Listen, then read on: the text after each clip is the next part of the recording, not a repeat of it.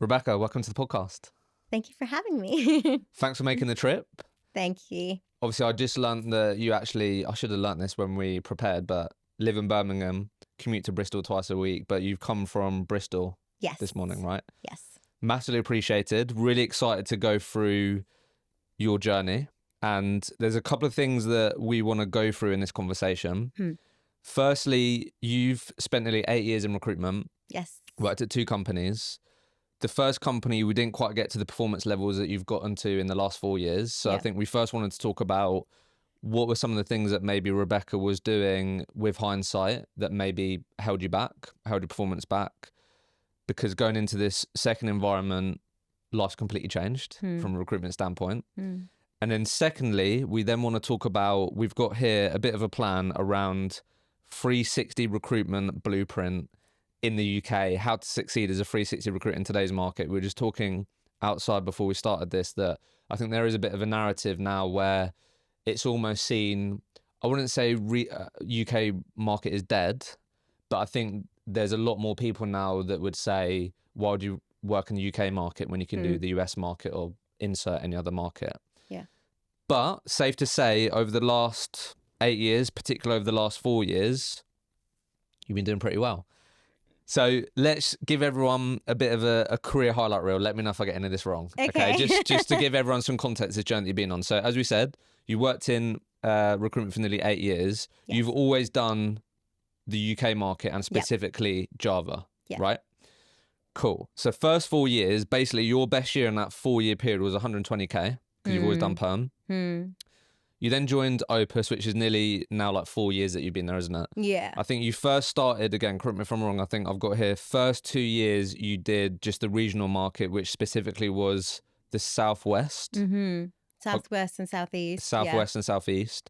Again, still Java. And then for the last 2 years, you've done the entirety of the UK, but still that same niche, right? Yeah. You got it on your LinkedIn, back-to-back top biller the last 2 years.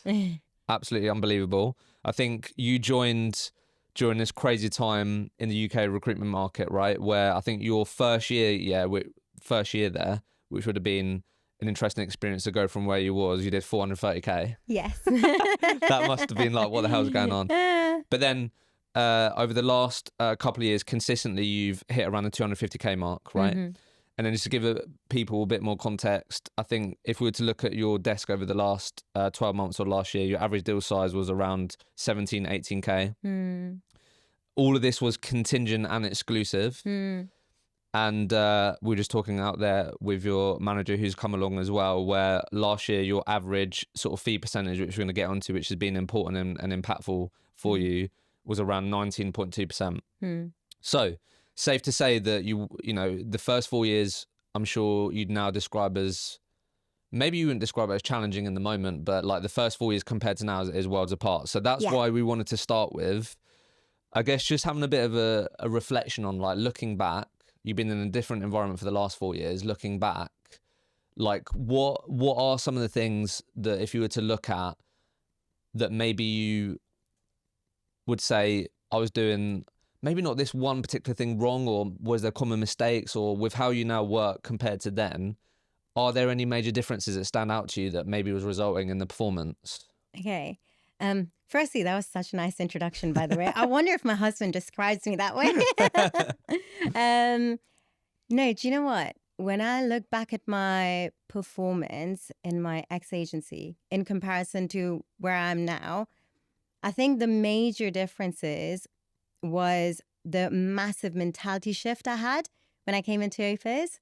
And what I mean by that is when I first came in, because there was a period where I was in my ex-agency and I wasn't necessarily in love with the recruitment. I wanted to leave recruitment completely. I wanted to go into product management, et cetera, et cetera. I thought I would be really good at it, et cetera, et cetera.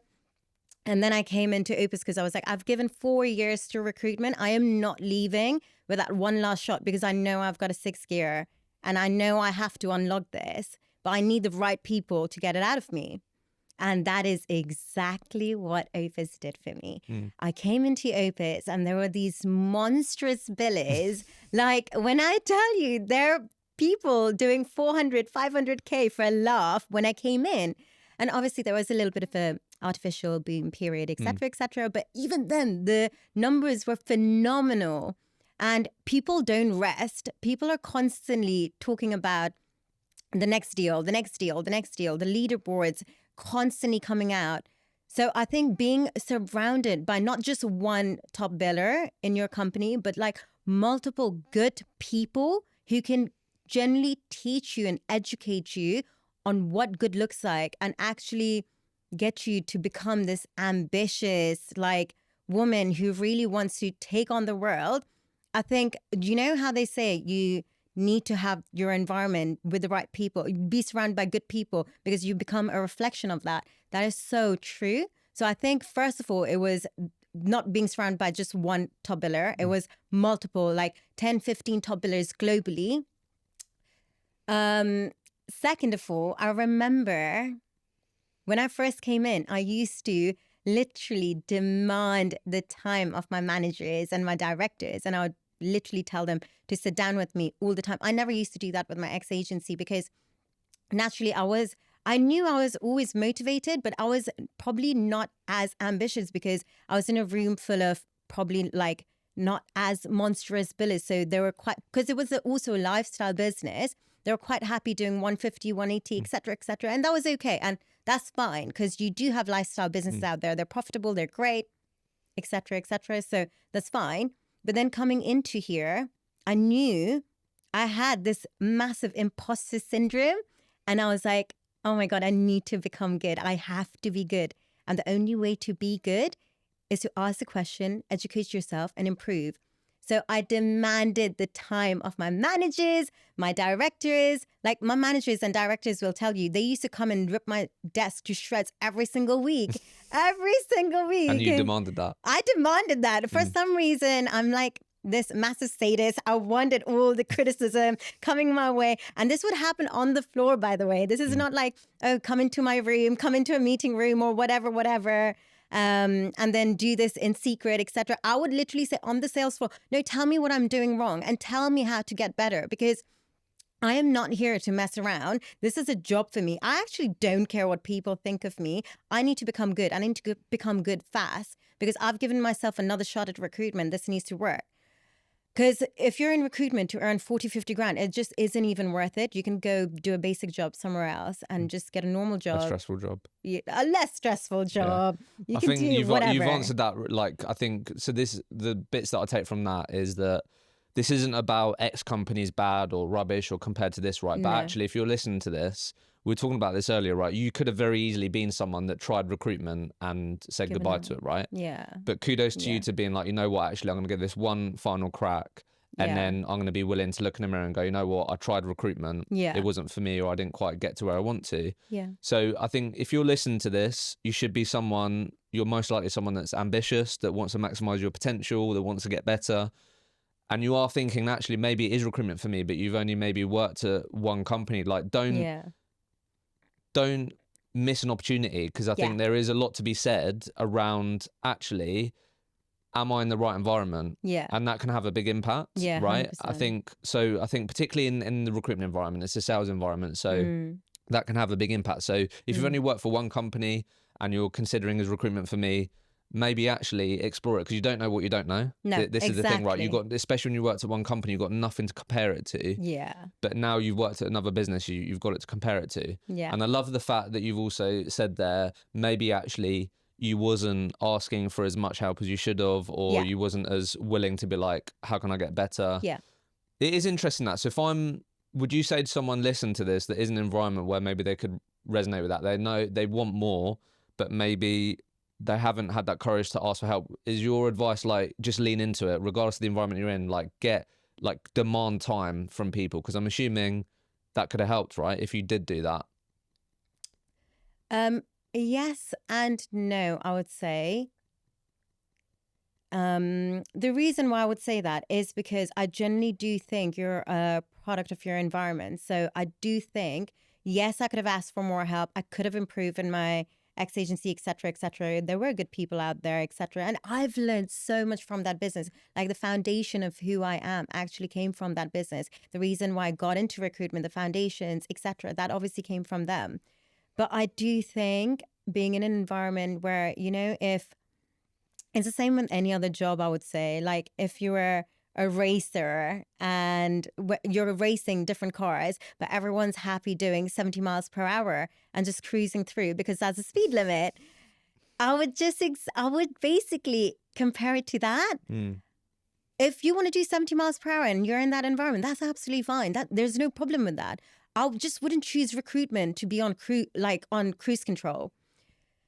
I think if you know that you're not getting that from your environment, and if you haven't asked for the help, ask for the help and see where that leads first. Because being a sponge, asking for help, learning and improving is so incredibly important in this journey. However, if you haven't received what you need to, you know yourself better than anyone else, then go and find an environment who's going to unlock that sixth gear in you. Because when I actually interviewed for Opus, I actually said to them, and I was very clear about this, I know I have a sixth gear. I know I'm a super ambitious and motivated person. No one's been able to unlock that. I need the right management to unlock that for me. And that is exactly what they've done for me. Love it. Had the internal drive, just maybe needed that sort of external guidance to get there, right? Because I think that's the other thing for leaders listening is can you learn that internal drive? Maybe. But I think, like you've got to have people in your business that want the will. You clearly had the will, right? Maybe you just needed some help unlocking the skill and everything else, right? But you clearly had the will. You was like, I've got the sixth gear. I'm here to give it to you. So let's get into what do we feel like if we were to take a step back and we've prepared for this, what has Rebekka done well to get to where you've got to, right? From a 360 recruitment standpoint. So we've got a couple of headings that we're gonna work through together. So we're gonna start with mindset and the importance of understanding your why. Okay. So we'll start there. Then we'll go into Rebekka's thoughts on how to approach the market. Strategy, is niche important? Then we'll get into some actual particular strategies when it comes to the candidate side, client side.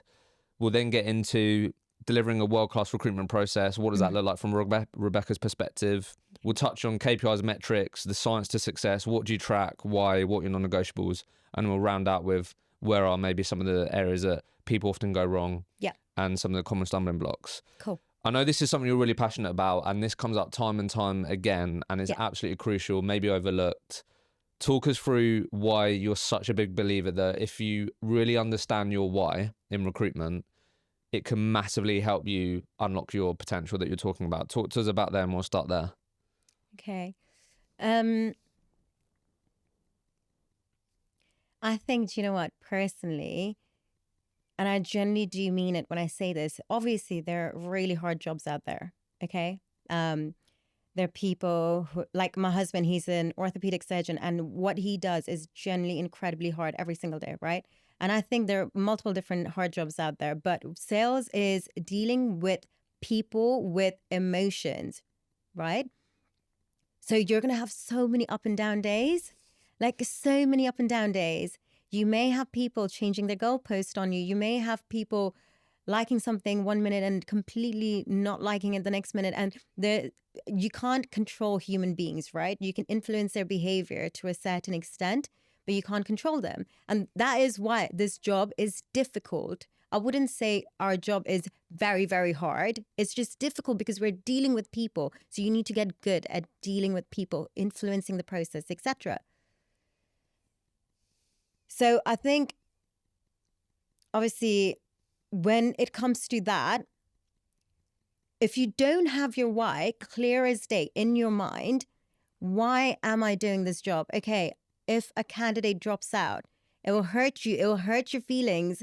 You'll be probably on the verge of tears. You're like, oh my God, 20 grand is going away from me. I just booked my holiday. But the thing is, if your why is not blaring you in the face, this job is going to genuinely be difficult. And this is where I think it began for me with Opus. My why was always giving back to my family. My why was my dad. He's always been the sole breadwinner. My mum's a fantastic homemaker. She's the reason why we've got 4 siblings in the family, so me included. I'm a twin.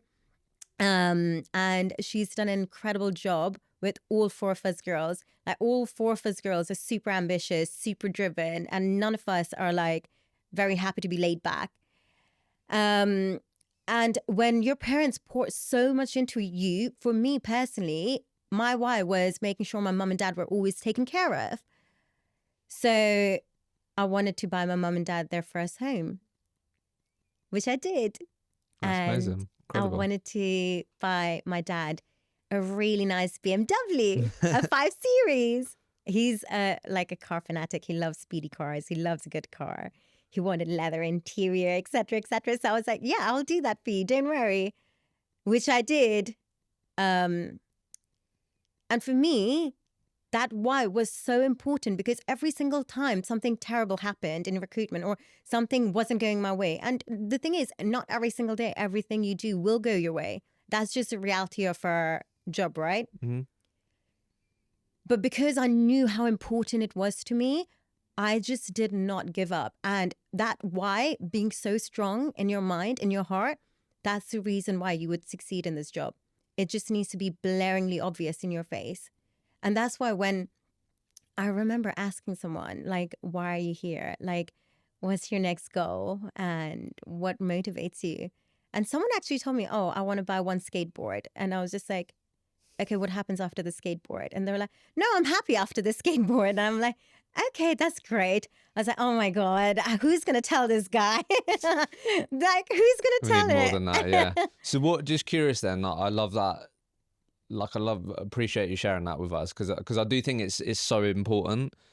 If we haven't really got it clear and it really resonates with us, it means something to us, what do you think would then become difficult, if you get what I mean? So like, if I'm listening to this and I feel like, you know what, actually, Rebekka, I probably haven't really thought about that. Yeah. I've maybe said, I've written it down, maybe I want to get onto the property ladder. Yeah. But I don't really, like, I can tell how passionate you are about that in terms of how much you want to help your family, how much you want to give back. I can see it, I can feel it. So that makes sense to me, where maybe when you have that month that you was like, this is going to be it, like things are going to turn for me, I'm going to have my best ever month, and it doesn't go that way, you can go, you know what, that's okay, I've got tomorrow. Yeah. This is why I'm doing it. If we haven't got that, what do you think is going to be more difficult for me if I haven't got that why? If you haven't got that why, do you know, I see this often, time and time again. I think if you don't have that why, it's really hard to be resilient in this job. I think resilience plays such a massive role in sales anyway, right? Because everything that you do can lead to a 0 or a 1. So you could make that one extra phone call, which will make you land a massive big account. Or you can have that one phone call where they're like, oh no, F off, that's it. Like, we do not want to talk to you. And the thing is, you're going to have multiple days like this. This is your day job. This is what you do for a living. And if you don't have that why, I think it's so difficult to stay in the industry and be resilient. And also remember, your why always changes, right? Like, for instance, after I bought my mum and dad their first house, I bought dad his car.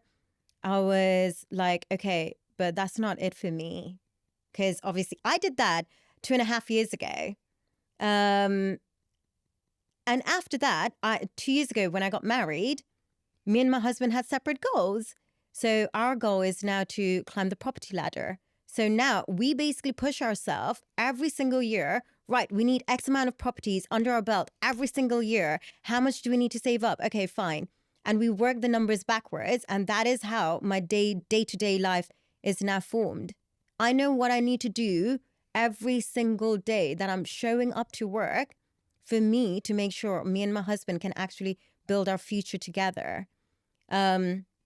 So I think if you don't have your why, I've seen it multiple times where if your why isn't strong enough, you will struggle. And look, not everyone needs to be this driven, or like have like monetary goals. People can generally just be really happy, like earning a certain amount, having a very good lifestyle, etc. But just remind yourself that, whether it's a post-it note on your computer, on your laptop, whether it's your own people in your circle reminding you at work or personally. Like, I have people who hold me accountable. So for me, it's really easy for me to remember my why. Like every time I don't make a phone call, my manager's like, you remember, you wanted to buy that property. Where is it going to come from? That was going to be my next thing to sort of round this out, was like, how do you, like, do you use any like visual prompts? Do you have like post-it note? Do you have it on your screensaver? I know these are little things, but I think it is, for me, whenever I've, like in my experience, whenever I've felt the most demotivated with what I'm doing, it's because I haven't connected that why and why I'm doing it. And then as soon as you come back to that and it's something that you've thought about, it resonates with you, then you're like, no, this is why I'm doing it. This is why I'm going through the hard bit. So it is so crucial to have.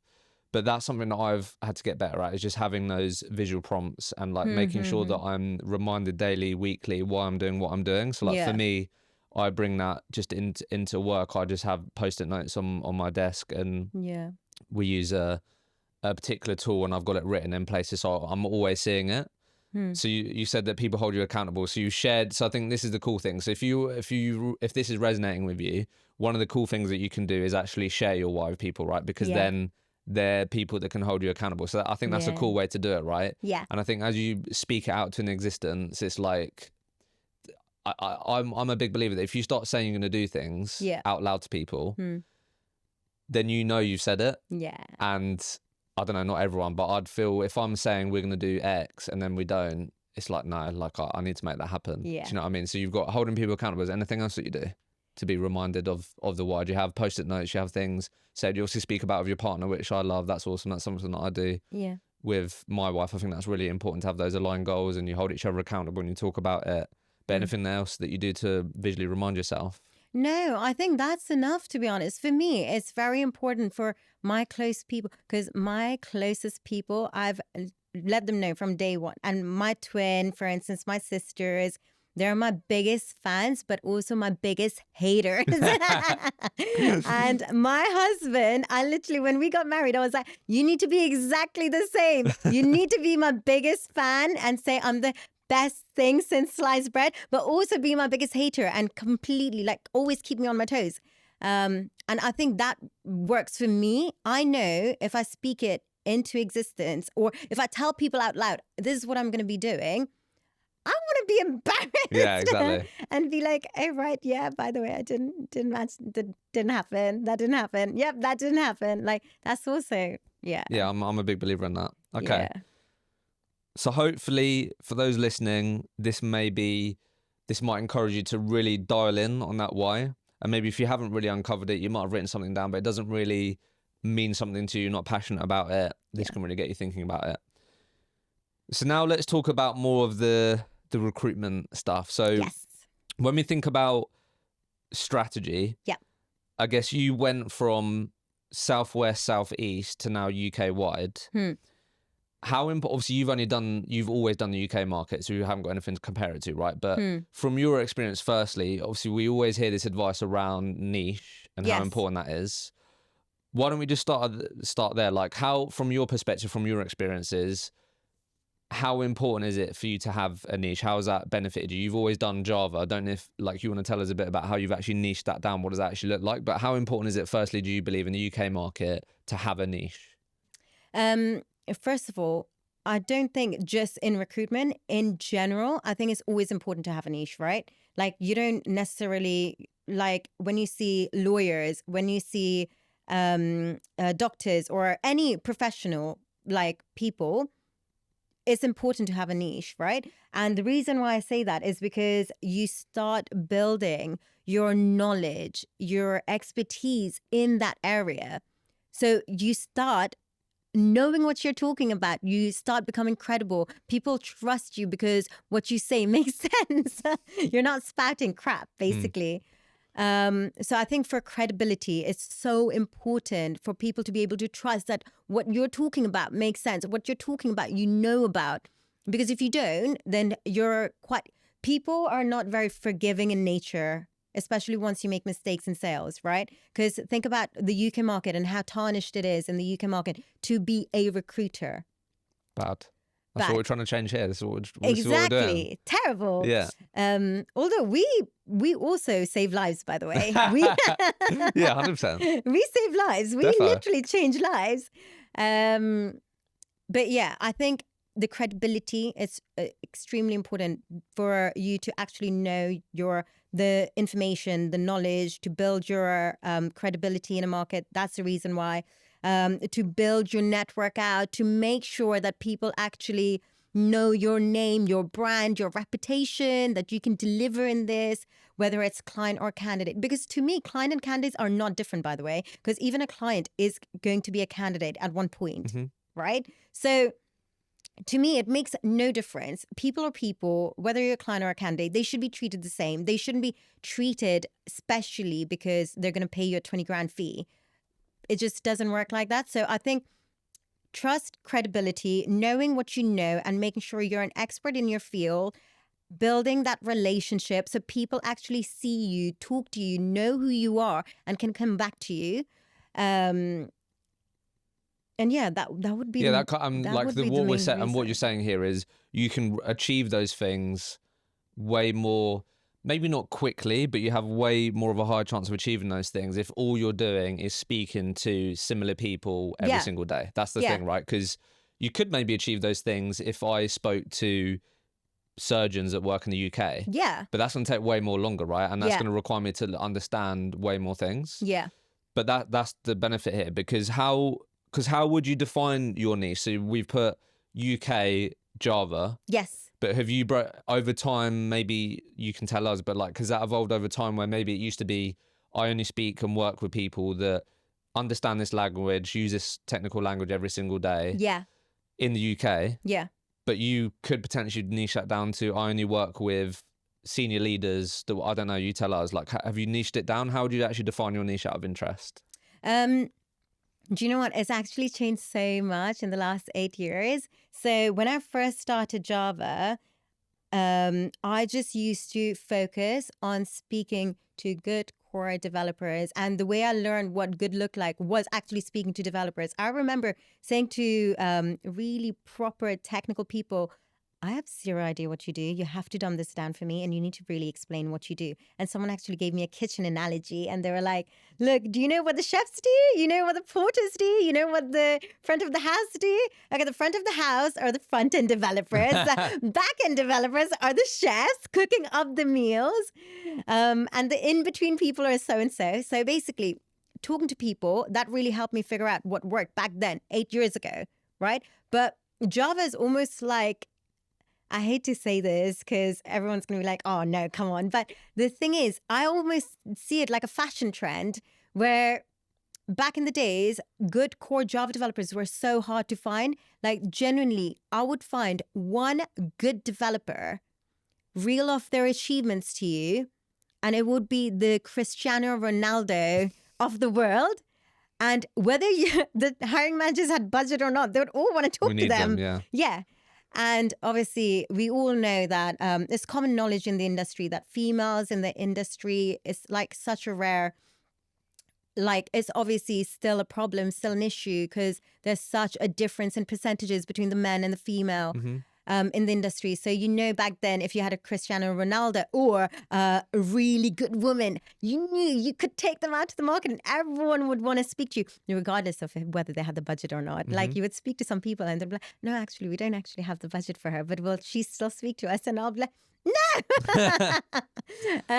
So back then it was really, really like simpler, I would say, not easier, but simpler. But then you talk to the people who are in the trenches and be really in the market. So every single time I speak to a good developer, I would say, right, what do you notice is the difference? What are the differences? What are the trends? And what do you think people actually want to do now? What do you think? Where are we moving to? It's not going to stay Java all like through the years of software development and coding and whatnot. So where are we moving to? That's where you learn. That's where you pick up your next niche and to make sure that you're moving and chasing the next profitable niche. And within Java, there would be certain technologies that would come out where people, obviously quite, just literally a few years ago, I think when I joined Opus, everyone was very obsessed with people who were doing Java with certain technologies, et cetera, and I was like, right, this is the next thing. I have to make sure I have developers who have these technologies, and that's where I'm going next.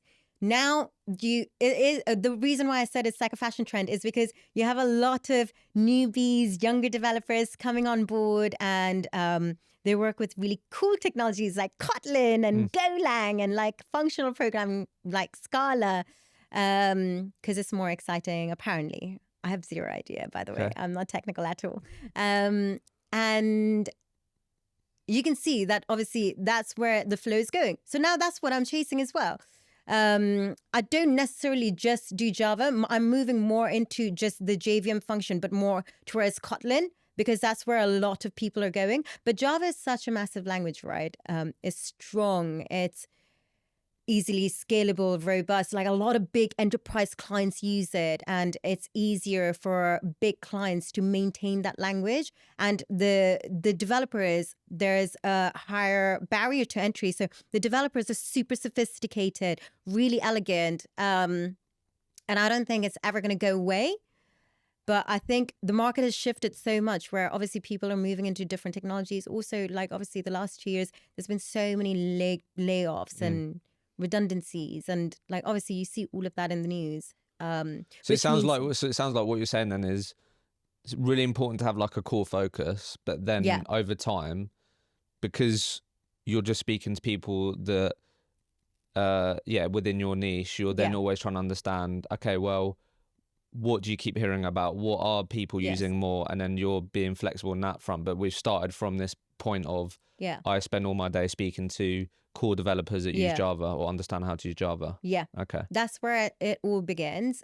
And then just talk to people, like whether it's learning internally or externally, the rules are always the same. Talk, ask, be a sponge. Talk, ask, be a sponge. Okay. That's it. Have you ever, maybe this isn't necessary, but I know some people also think about this when they niche down, is like, I only work with people that operate and are proficient with Java and are also heads of software, or like you can also niche down in terms of level, right? Have you played around with that, thought about that, or how's that looked for you? Majority of the positions that I do tend to work actually vary from senior engineers, lead engineers, head of, I was telling you that today, hopefully I'm going to be meeting another client, and that's the head of software engineering position. So it is senior and above. Okay, and did that happen over time? So maybe when you first started, was it core developers, or was it always been senior and above? No. I think that's where generally people struggle more. Because think about it. If you're a senior in your field, how much harder is it to poach a senior than a junior or a mid? Harder. Yeah. So I think that's where my value will be. I can bring more to the table. Got you. Because the senior engineers, they're not just going to move for anything and everything, or like some average job coming bumbling along. Or just more money. They're not going to move just for more money. Not Exactly. There's always a reason why. They need more. They need more of something. And for you to be able to really understand people, to nurture that, to actually make sure you can understand their whys, that's also important in this journey. So do you feel like having that focus, you've shared with us that you've been flexible with trends and what you've learned along the way? Yeah. Do you feel like that's given you an edge, where you're just saying it there, where when you do get in front of hiring managers, when you do get in front of senior technical leaders, you can say, I understand how difficult it is to get these senior head of that's what I just focus on, speaking to people. That is where my network is. That's what I've worked really hard to build. So do you feel like that gives you an edge in the market, which is really competitive? Yes and no. Okay. I think your network is obviously your net worth. And I'm truly a believer of that. The people that I would talk to I never talk to people necessarily on job boards or open to new opportunities, et cetera, et cetera. I talk to passive talent where I know that other people are not talking to them. And that's who I'm going to be marketing out, right? And I think obviously there's a good candidate and a good CV. There's a difference, right? So good candidate is someone who's going to be reliable, who's dedicated, easily coachable. You can make sure that obviously they're going to go through the process. They're going to represent your brand really well, et cetera, et cetera, et cetera. And a good CV is someone just who looks good on paper. And that's the extent of it. So I think going back to this, just being flexible, talking to people and going to hiring managers and telling them what you've learned and showing what a good person, a good candidate looks like. And then also just having open, honest conversations about multiple different areas, about what you have seen in the market. That's where I would say I've had more wins from. Yeah. Okay, cool. Versus just saying, I'm a specialist recruiter that just hires I these never people. do that. It's got, okay, fair. I never even lead with I'm a recruiter, by the way. Do you know, when I first started in recruitment, people used to think I'm like, you know, the social workers who help people get jobs. I actually generally, and I remember my mom said this, oh my God, are you a social worker? Do you help unemployed people? And I'm like, kind of similar.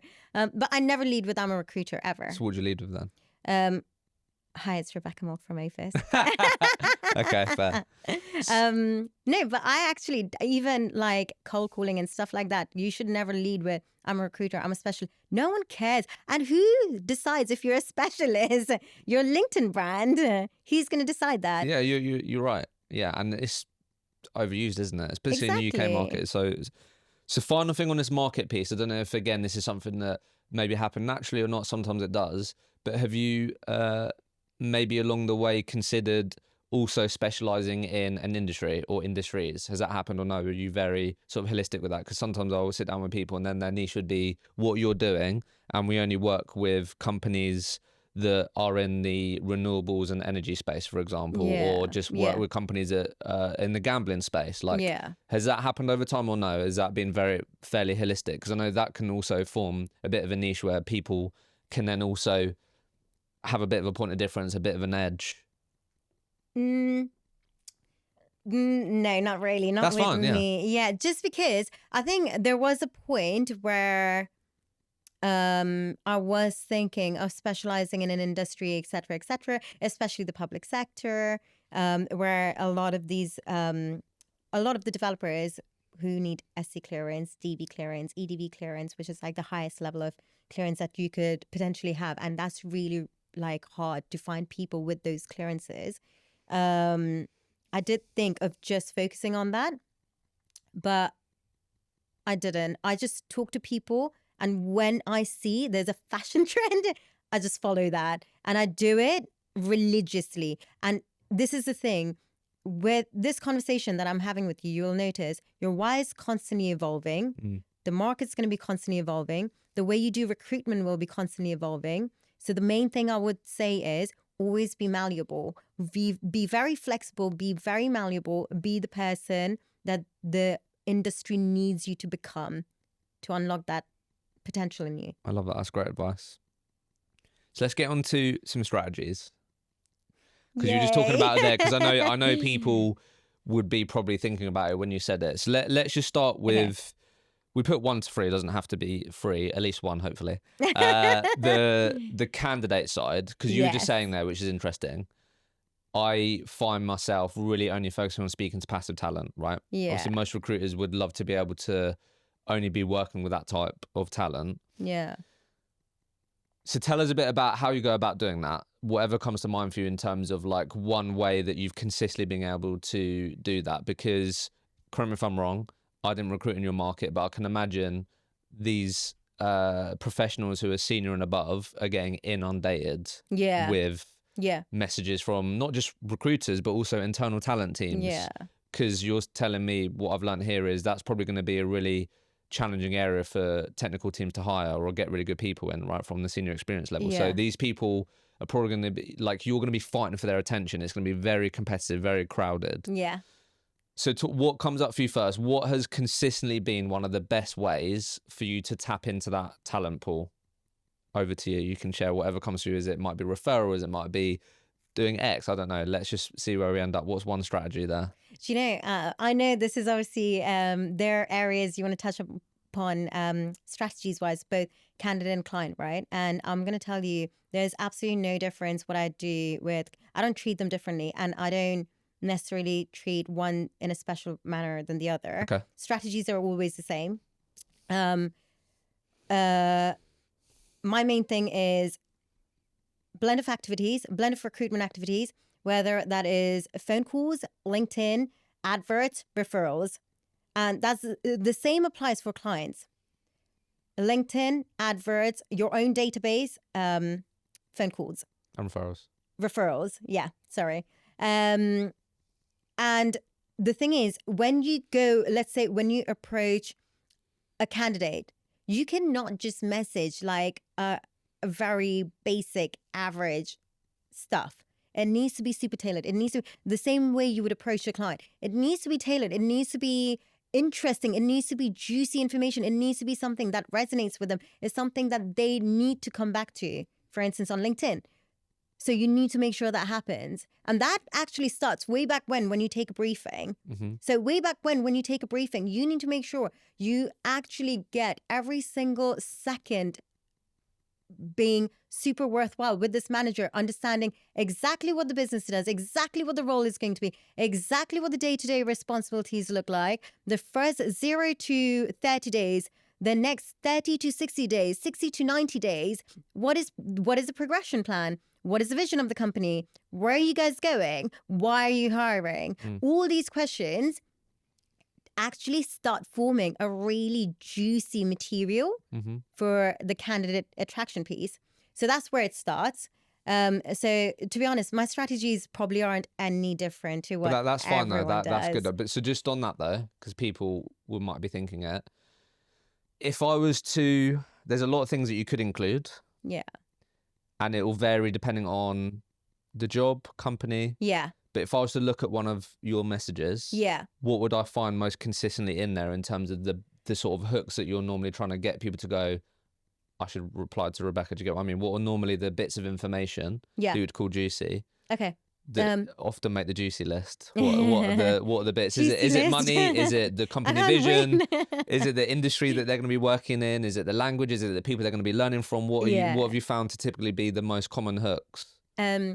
Typically, the first line should always be about the individual, whether that's client or the candidate, whatever, whoever you're messaging, make sure the first couple of lines always tailored.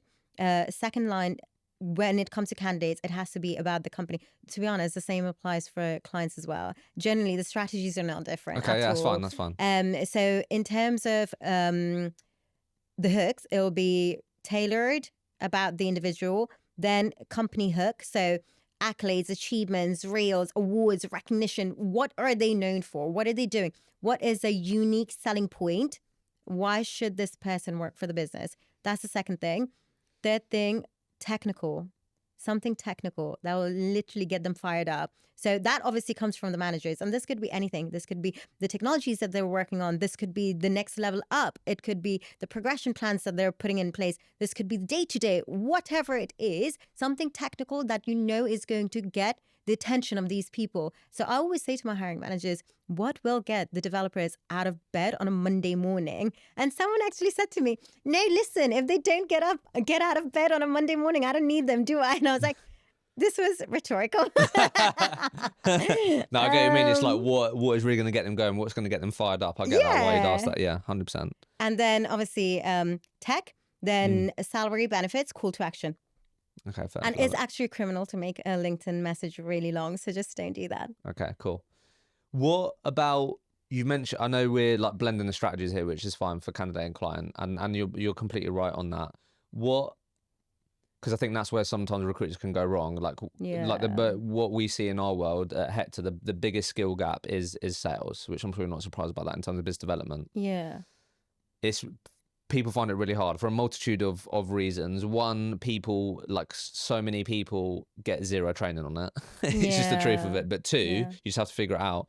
Yeah. But two, I think part of it is, like, if I think when I started my career in recruitment, I mainly just focused on the candidate side and then I progressed to 360. That's like fairly common. And I think the downside of that is that you can end up putting clients on a pedestal. That's like well covered on this pod, right? So I think you're right to go, well, actually, I don't even view them differently, because then you can always be selling, you can always be trying to get referrals for clients, candidates, right? It's the right mindset, and I think the best recruiters have that. But you mentioned referrals, again, something that people know, and their manager would be like, Rebekka, you need to get more referrals. Yeah, of course. How how do we, for you, what's been the most consistent way to get referrals? Like, when do we ask it? How have you got better at asking it to people when maybe you haven't done much for them? Because I don't think it's going to be very effective where I don't think you're going to get loads of referrals by doing a candidate qualification and then just being like, oh, like, by the way, like, who else do you know?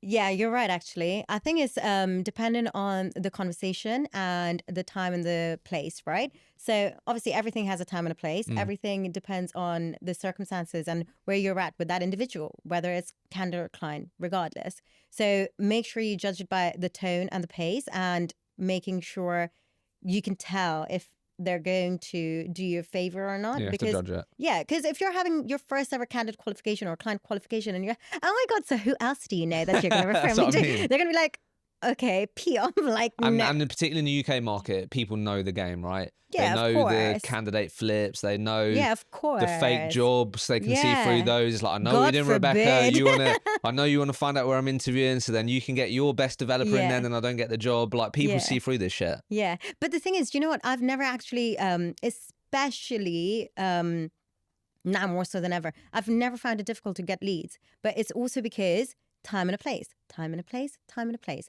tone, time and a place. And you will realize, because you need to be able, like being in sales, you need to get good at judging a room, right? And you need to get good at judging if this person will be able to open up to you or not.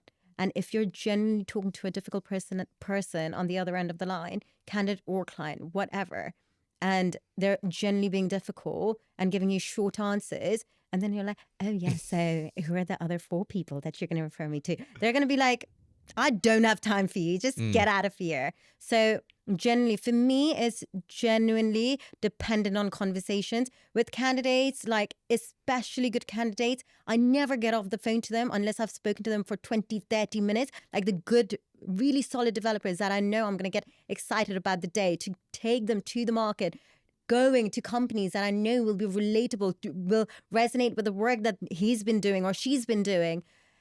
So what have you? Sorry, I was going to say two things. Sorry to cut you off there. No, I was just go going to say, when I know it will depend, but when have you found to be the most effective way to get your ask in? Has it been after you've had the successful outcome? Has it been after that you've just done a really good process, you've coached them through it, you feel like you've done a good job and you've gone, you know what, I know we didn't quite get where we wanted to this time, but I've given you feedback, hopefully you appreciate that. I'm not saying you'd say this, but they maybe feel like that. Then you might ask, I know it will vary, but have you typically found it to be the most effective time once you've done the successful outcome with them, or?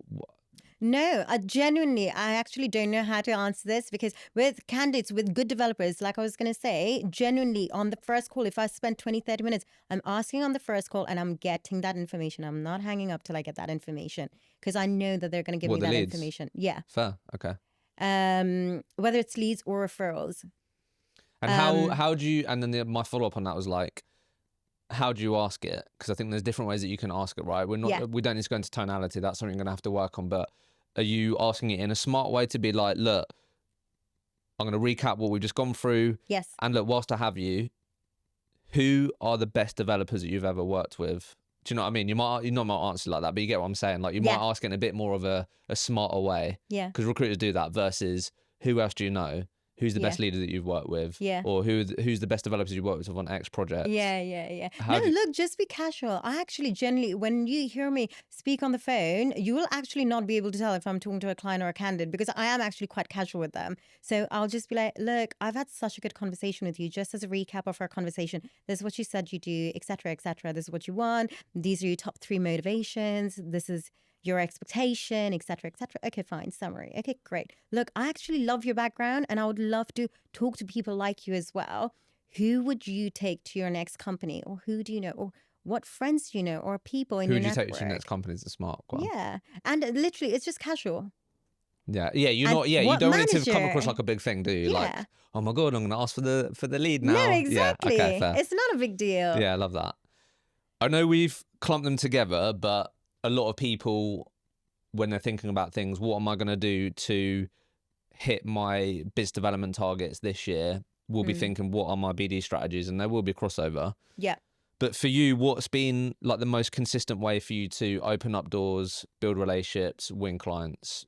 If we were to dissect your desk, typically over the last year, 2 years, what's been the most effective way for you? Again, is recruitment generally is a blend of activities, right? And I generally don't think it's going to be different on the candidate or the client side, because the same rules apply.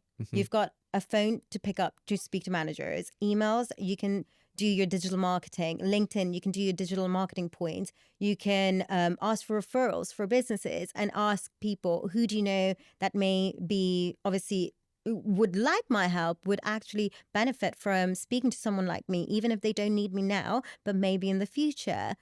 And it generally, the same applies. But I think what has also been really successful is I work for Opus. Opus is a branded, like, global name. They've traded with so many businesses over the past 18 years, right? And I think this in general, like in sales, and whether it's sales or recruitment, people do forget.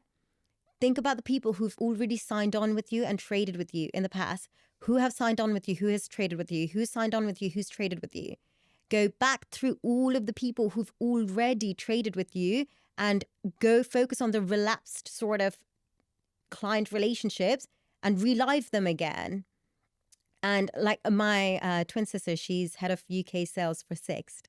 Okay. And she's class, to be honest. She doesn't actually work on 15, 20 grand deals. She works on like 500,000 deals, 1 million deals. And she just recently won Warner Brothers as well. And I was just like, oh, for heaven's sake, go away. Just don't talk to me. And the same rules apply to her when she first joined her role, because she just got promoted last year. So when she first got promoted, she actually never used to do sales. She used to do operations. And when she first joined sales, she was like, oh, Rebekka is the bottom of the barrel. I can't believe you do sales. How do I even go about it? And I was like, focus on clients who've traded with you. Focus on clients who've already signed with the business. And your job is just to go there and relive the relationship. Look, we've worked with you in the past. We've delivered for you guys. Or even if you haven't delivered, that's okay. What happened? I would love to make sure that the relationship is back on track. I'd love to get 5-10 minutes with you and just have an informal chat and pick it up where we left off. And you'll be so surprised how many people are like, oh my God, yeah, of course. We've worked with you guys in the past. It'll make sense to have a conversation. And that's where a majority of my wins actually came from when I first joined the business in Opus. And then you build on that momentum, because then you're obviously going out to the market, then you're winning new candidates. The candidates are going out and interviewing for other places. And whilst they're doing that, they're giving you hot leads. And when they give you hot leads, you obviously go and chase that. And then you start building on this momentum. And then also remember, like, when candidates are leaving a place, if you're speaking to a candidate, that candidate, he or she, is actually going to be an opportunity for you to go and gain more. So whether that is cold leads or hot leads, backfills, CV stripping, whatever it is, keep on top of it and track it. This is something I actually need to improve on even more and more every single day. Just keep reminding yourself. Yeah. I love it. Yeah. So I love this. I Yeah. love, and this is a really good reminder for me as well. But the sort of phrase that I like around this is like, don't forget to look backwards. Yeah. And if you're listening to this, you've probably been into recruitment for a little while, but even if you haven't, don't forget that, like, there's probably conversations that you had a month ago, 100%. 90 days ago, that 100%.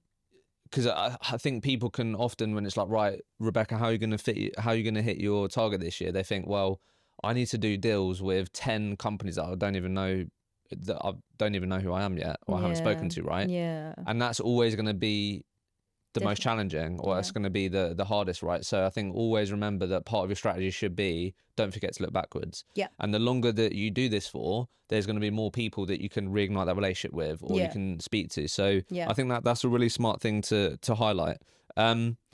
Let's move this on then, because we covered a number of things. Let's talk about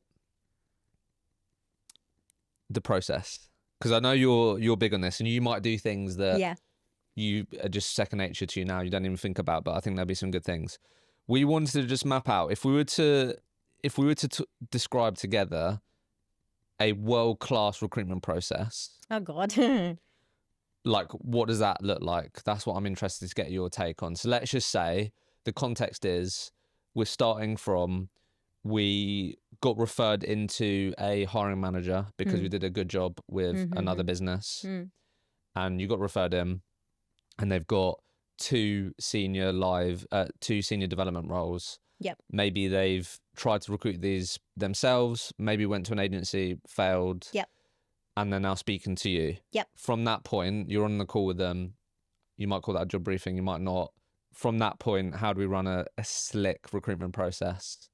So obviously it starts from there, right? So you've got the referral, you get it in front of the hiring manager, and you literally, you know how I said to you, I demand time of my managers and directors? I would literally do that in that call with the manager. So I'll demand every single piece of information I know is going to make this a success, but I make it about them.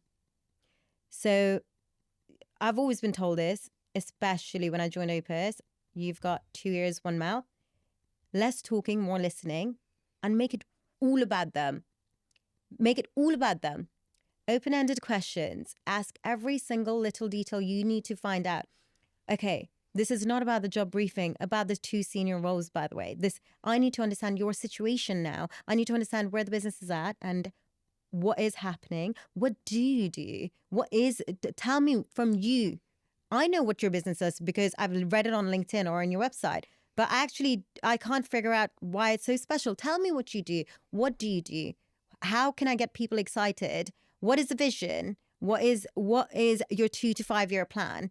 Okay, then we move on to the recruitment. Why are you hiring? What is the plan around these hires? What's next after these 2 hires? What does the yearly plan look like? Okay, what are your next 2 to 5 year plan? Do you have huge growth plans? Because that's a bigger conversation. So this needs to be all about the business, open-ended questions, all about the business, all about the hiring manager, all about making them feel special. And sometimes, you know what? They actually love talking. They love being sat there and being like, don't get me wrong, there are some hiring managers, they literally sit there and they're like, oh my God, I can't believe you're making me do this. Like, I can't tell you why it's so special. I'm like, you really need to find another job. I'll help you. But basically, genuinely, some people actually love talking about themselves and the company and what they're doing and why they're so excited. And obviously, why is it going to be a success? What's going to be next, et cetera, et cetera, et cetera. Then once you've covered all of that about the business, them, their situation, then you go on to recruitment, hiring plans, future growth. And then you always make sure you ask about the unique selling point. Without fail, you have to ask, what is your unique selling point? Why should I come work for you? If I was a developer, why would I be excited? Get as much information as possible. The recruitment process needs to be completely about information gathering, because then you need to almost, when you go to the market with the candidates, you know how I said about when you do the adverts or you reach out to people on LinkedIn or whatever you do, the digital touch points, they need to be juicy. They need to be super juicy, but you can't make them juicy just through online research. It needs to come from the people who are actually working there, who are in those seats, who are actually hiring for them. So you start with a briefing, you get as much information. Usually those calls should last about 45 minutes. Up to an hour. Those are like good conversations. And then right at the end, you recap and you agree on the process and the SLAs. Okay. So then you say to them, look, to me personally, it doesn't matter if you give me 1 role or 10 roles, or you tell me it was needed yesterday, or you can wait. For me, it really, really matters to just have a process that works for both of us. We're both busy people. We need to agree on a service level agreement where you're going to be happy, I'm going to be happy, and I'm not going to have to chase you every single day being like, by the way, I sent you these CVs. Do you have any interview requests? Blah, blah, blah. I don't want to be doing that. And I'm not going to beg you for your time either. So how can we move forward and what can we agree on? So then you agree on a level of service that both of us are happy with. Once we're happy with that process, rounded up with, what is your preferred method of communication? What do you like? Do you enjoy speaking on Teams? Do you enjoy speaking on Slack channels?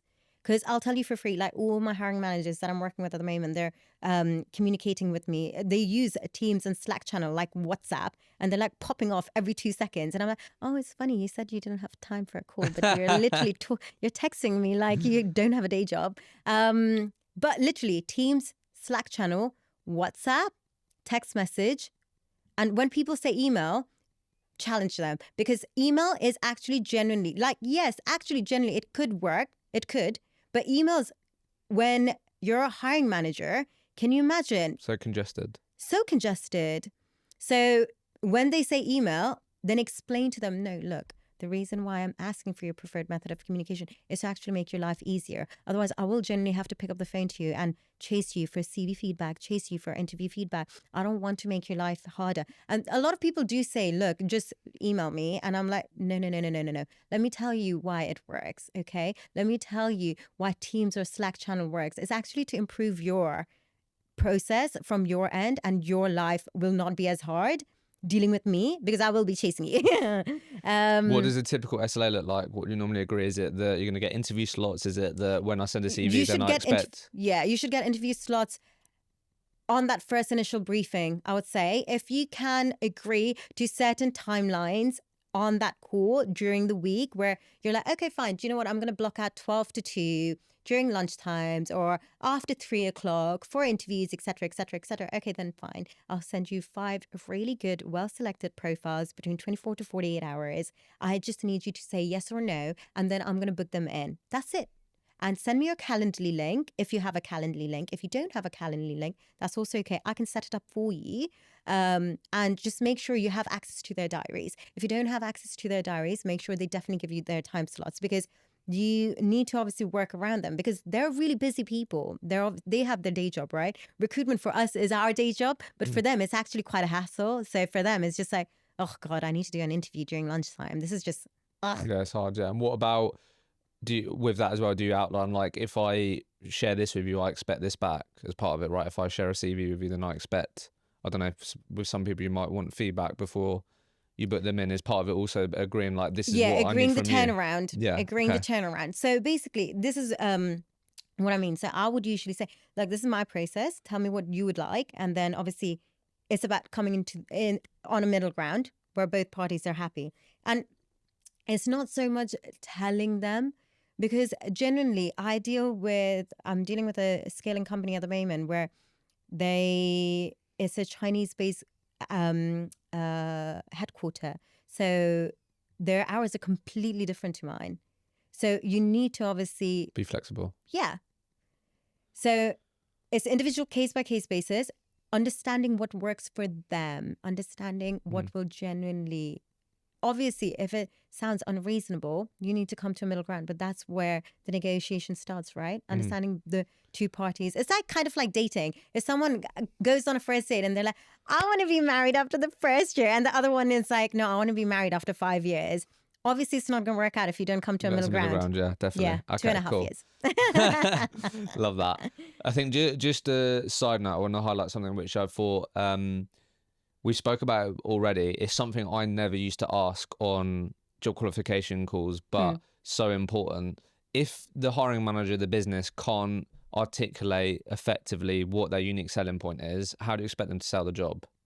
Yeah. Like when I'm actually interviewing in that business. I think that's such a big highlight. I know you've mentioned it. But I think that's so crucial, because you're also, then if they don't do a very good job, you can coach them on that, right? And you can consult on them and be like, understood, this is such a competitive market. These are some of the things, look, from what I've learned today, these are the things I think we should be selling more. These are the things that I think should make more of a unique selling point. Yeah. So I just wanted to highlight that.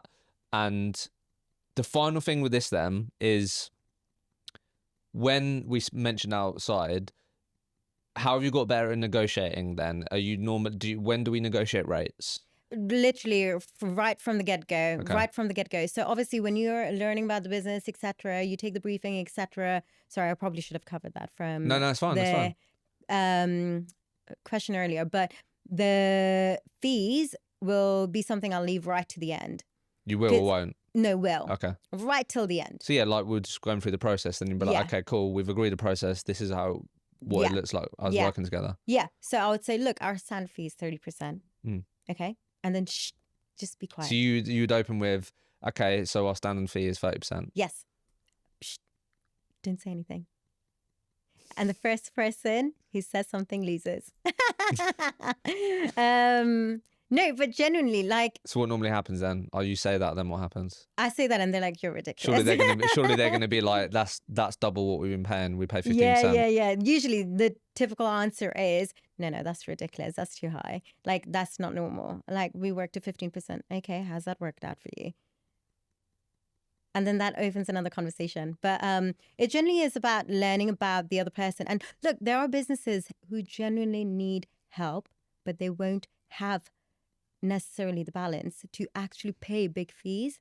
And it's about, that's your opportunity to learn and understand that. So recruitment, everything you do in recruitment is about learning and understanding and then reflecting back on that and then reacting. So if you genuinely sat there and you said, no, look, I genuinely can't. And we do a credit, because we do a credit history background check for every single company we deal with. And if I genuinely can tell, no, they need my help, but they necessarily won't be able to pay such big fees, you have to meet in the middle ground, because they need your help. They need the right people. Will probably agree to a really good process. It will work out for everyone. But the fees probably won't be a huge fee. And that's okay, right? But it's about understanding. When you understand, then you can lead with the next. But first of all, I'll start with, it's 30%, be completely quiet. And then they'll be like, no, you're ridiculous. And there are some businesses that actually generally can pay and they just want to lowball you all the time. But then it's about educating them. So, okay, fine. Why do you think that's ridiculous? Okay, but why do you think you can't pay that? And why do you think that we can't charge that? Understand. And once they're done talking, then explain to them what service you can bring. Look, if you want me to do a 15% service, this is what the 15% service is going to look like. I'm not going to pay attention to you guys. You're not going to be top of my priority list. I'm not going to give you first refusal on every single candidate that I'm talking to. And if there are good candidates who can go out, look, I'm in a business where I have to be commercially savvy as well. I'm dealing with clients between 20 to 25%. Why am I going to put them in front of you before the 20 to 25%? I'm also a businesswoman. I'm not here just to serve your needs, am I? I'm also here to serve my own needs. So I'm a businesswoman. If I'm looking at it from a commercial savvy manner, that's what I'm going to do. And at 20 to 25%, this is the service you're going to get. You're going to be top of my priority list. I'll extend X amount of hours every single week, just headhunting for your business. I'll give you the first refusal on these profiles. And you better believe I will be making sure that every single part of the way, there'll be so much information exchange. Because part of recruiter, the reason why you use me to get these seniors and the lead hires is not just because I have them in my network. I will be able to close this candidate for you. I will be able to close this candidate for you because I have all the information I need from the people to know exactly what they need to see. I'll make sure you replicate that in your interview process. I will make sure that leaving that room, that candidate likes your job. If you like the candidate, you better believe it's going to be a closable candidate. That's why you're paying me. You're not just paying me because I can just source talent. You're paying me because I can close talent for you. And once they join your business, I'll make sure they stay with your business. I'll make sure you have a good aftercare process. They're generally being nurtured and they're happy. And if they're not happy, we can work on that too. Love it. And have you typically found then people, you go through all of that, they're like, okay, well, look, the best we can do is 20, 25, and then you're not going to go like, okay, cool. Like, again, you tell me, but that, like, obviously we were speaking with your manager outside. Yeah. Last year, average nearly 20%. I think we were talking so common in the UK market where it's like 15%. Yep, sweet, I'll take that. Right, so used to that. Yeah. So I think everything that you just gone through, I think there's an intentional reason why you start with a higher number. Yeah. And then we get down to where we want to. But I think what I'm also taking from this, and I'm also taking this from my own business, is like, it's so important when you deliver these parts, this part of the conversation, that you deliver it with confidence. Yeah. Because if you go, we normally work at 30%. Yeah. They'll be like, oh, really? No, when you're not. I can see it when you're delivering, then it's like, we work at 30%. Yeah. That hits very different. And then the negotiation starts. You're willing to negotiate. Let's talk about it. I love those follow-up questions. Yeah. Why do you think that's too expensive? Yeah. like really go against the status quo. That's so powerful. Yeah. I think people would be interested to be a fly on the wall on some of these negotiations. I know it's something you got better at, right? Yeah, So maybe 100%. let me ask you the inverse. Like where, if we were to list some of your negotiation conversations Back in before, the day. yeah, like where was 15%. Okay, fine. How many do you want? was it more that it was like, right, okay, yeah, they said 50%, let's go. Was of it course. really? Are you joking? Like, honestly, I have not gotten to this stage always being this person. I've generally evolved so much as a recruiter, and I'm definitely not the finished article, by the way, by no means or form. Like, will I ever claim to be the finished article? I can still learn so much. Like, recruitment is such an interesting, ever evolving industry. I love it. It teaches me something every day. And I'm not just learning about recruitment and people. I'm learning about these big businesses, small businesses, medium-sized enterprises that I'm going into who are actually genuinely doing interesting work. Like, this is so interesting. Yeah. So what would you be in the main thing if I listened to your negotiation calls? What would have been the main thing that is different to now? Because you explained to us how you did it. Would it be the delivery, the confidence in delivery? Would it be you wouldn't have been willing to sort of ask the difficult questions like, why is that too expensive? What would be some of the main differences? I generally was really passive and very much like subservient and being like, I have 15%. Okay, yeah, great. I know I'm going to deliver it. So it's okay. Not a problem. Like, absolutely fine. And I think I've started taking recruitment as, look, I'm obviously, as I grow older and I'm in this business, I'm actually, even though I work for Opus, this desk is actually my business. This desk is my own business that I have built and I work so hard for. And I need to be treated with respect, with equal amount of respect. I'm a partner. I'm not below you. I'm not beneath you. And if you're going to treat me like that, I'm not going to work with you. And there has been people who are like, but if I agree 15% with you, what are you going to do differently? All you do is just, you're like a CV factory and you're just going to be sending us CVs anyway. And I literally said to that guy, I remember having this conversation and I was like, listen, mate, I have no idea who you talk to and I don't know which recruiters you deal with, but I absolutely love my job. And if you think that's what my job is, I won't be able to work with you. And then he actually said, okay, I'm sorry. Tell me what you do. Because he knew I was offended. And I will let you know. If you offend me, I will let you know. Because do you know what? There is such a huge thing about recruiters being this passive. Because if you were a head of dev or a development manager or even a senior developer in a tech company and someone was actually taking the mick out of you, would you just stand for it? No. Exactly. So why should a recruiter? Why? Because we're recruiters. No, you're completely right. And I just love this mentality. I did a post about the other week, and you'll be fully aware of this, that like, okay, these people can look at that way at recruitment, right? Yeah. But what's going to be the biggest reason why that company doesn't achieve their goals? Recruitment. They don't have the right people. You hear recruitment and sales as well. Think about it. Yeah. Every single company needs a sales team. Think about it. Every single product, every single offering you have, you need people to sell it, right? To be successful. Exactly, yeah. For it to scale. And for it to scale, what do you need? Recruitment people. Yeah, but and even like that's what I mean. Like Crazy. that coupled with like my post is like, if you consume any sort of business entrepreneurial content, what you'll quickly start hearing from people like Jeff Bezos, Elon Musk, whoever you want to look at, it's all about the people. Yeah. And and getting A players and getting the talent is all about the people. That's literally it. And the biggest bottleneck as to why you won't get to where you get to is because you cannot get the best people who are the best at what they do. Exactly. So this is why we need to believe this. Like, you are solving likely the biggest problem around why companies aren't performing or aren't getting to where they want to get to. Yeah. And the quicker you believe that, the quicker you can lean into these negotiation conversations and go, this is why it's so important, and this is why it comes at this, because of the process, because of what I bring to the table and the things that you said. Yeah. Let's round this out then. I want to, because I know you're shit hot on all this stuff.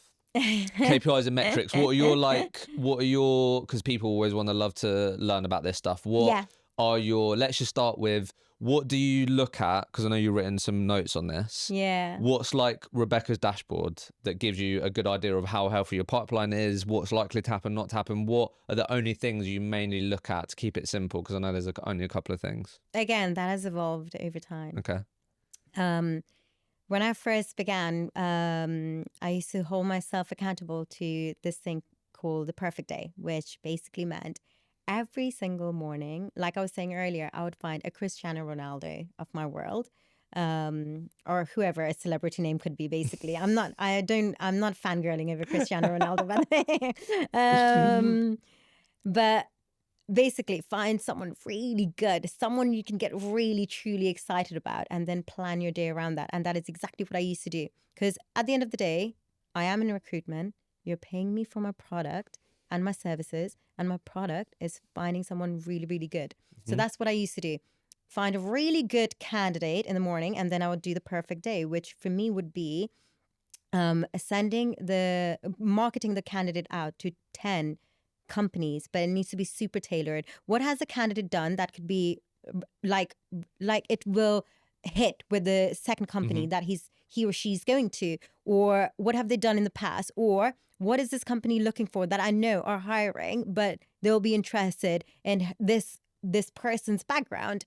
So 10 tailored messages to hiring managers, 5 high quality conversations with hiring managers, whether it's existing, past, or new clients, 5 high quality. And these are not conversations where it's like, oh my God, yeah, we do recruit, but we have a PSL. No. That's not the conversation I'm talking about. I'm talking about opening the door with this developer and having 5 good quality conversations with managers, and then adding data around that candidate. So adding 5 new managers as a minimum around that candidate to focus on the location tech industry. That's what I used to focus on. So let's say, for instance, someone's from Bristol and they did et cetera, sort of technologies and this sort of industry. I will literally map out the market to make sure location tech industry, okay, fine, where can this guy or girl go? Where can we make sure that we can really market them out to? And you know that they're going to be like, oh my God, it's the Cristiano Ronaldo of our industry. I definitely want to speak to them. And yeah, adding data around them. So that usually will be speculative, hot leads, jobs, etc. New managers around them, 5 high quality conversations with managers, and 10 tailored messages. And then obviously you do your LinkedIn follow-ups. You basically go so on and so forth. But I would be so obsessed with just working out really good candidates. And that was basically, and there were days where I would have 2 really hot candidates that I would get absolutely obsessed about, or 3 hot candidates, but you just rinse and repeat. So that's what I used to do in the beginning. And then there was a time where, obviously, you know, when the boom happened, where everyone was hiring, I knew at that point, my thing was 6 candidates interviewing in week. So 6 candidates interviewing in week meant 1 deal for me. So I knew I needed 6 candidates in the process with my jobs or new jobs so I can do a deal that week. So that's what I would do. And then it evolved again. And now I know Bone will probably tell you better than I do, because he knows me way better than I do when it comes to my desk. This is probably the first time I'm talking about what I do. Before this, I was just like, oh my God, I have 0 idea what I do. But now I think it's something like if I get 4 to 5 jobs a month, I'm doing 2 deals. I know that. They're the main things you look at. Yeah. To keep it simple. Yeah, keep it simple. But for me, it's always jobs, CVs, interviews. Jobs, CVs out the door, interviews. Jobs, CVs out the door, interviews. And hold yourself accountable every single week. Like industry standard, I'm pretty sure is like 2 jobs a week. Yeah. I think I got here, you wrote down 5 CVs, 3 interviews in 1 deal. Yeah, for now, what I work to now is every single job I get on, I will make sure I have 5 profiles over. 5 profiles over, 3 interviews. I'm dominating that client's time. I'm sending options. I know that that's going to lead to a deal, which actually works out pretty well for now. But I know that's going to change. It changes all the time. Yeah, and then I think you put here last year, your job to placement was 2.5 to 1. Yes. Yeah. Which is solid. Yeah. Okay. I love that. I know, because there's so many different things that we can measure, right? But I think it's so helpful to hear how people sort of break this down. Yeah. We covered a lot. Look, it's like an interview. I know, yeah. I mean, look, honestly, thank you so much for going through all of this. No, I know it's okay. we prepared for this. I know there'll be a lot of people that will be inspired by this, will really appreciate that you came on, sat down, shared this all with us. But I'm not surprised how successful you've been and how much you're going to continue to be successful. I love your passion. That's come across so well in this conversation. I can tell just how, when you're talking about your goals and your why, how much you light up, like you are going to make this happen. And kudos to you on making it happen, on taking another shot, on getting into that 6th gear. I know you're going to say it's not all down to you, but there's a lot of it to do with you, right? There's a lot of things that you could control, that you influenced, and you got yourself to this position, and you've had obviously help along the way. But just wanted to say a massive thank you for joining me on the podcast. No, thank you for having me. It's been great.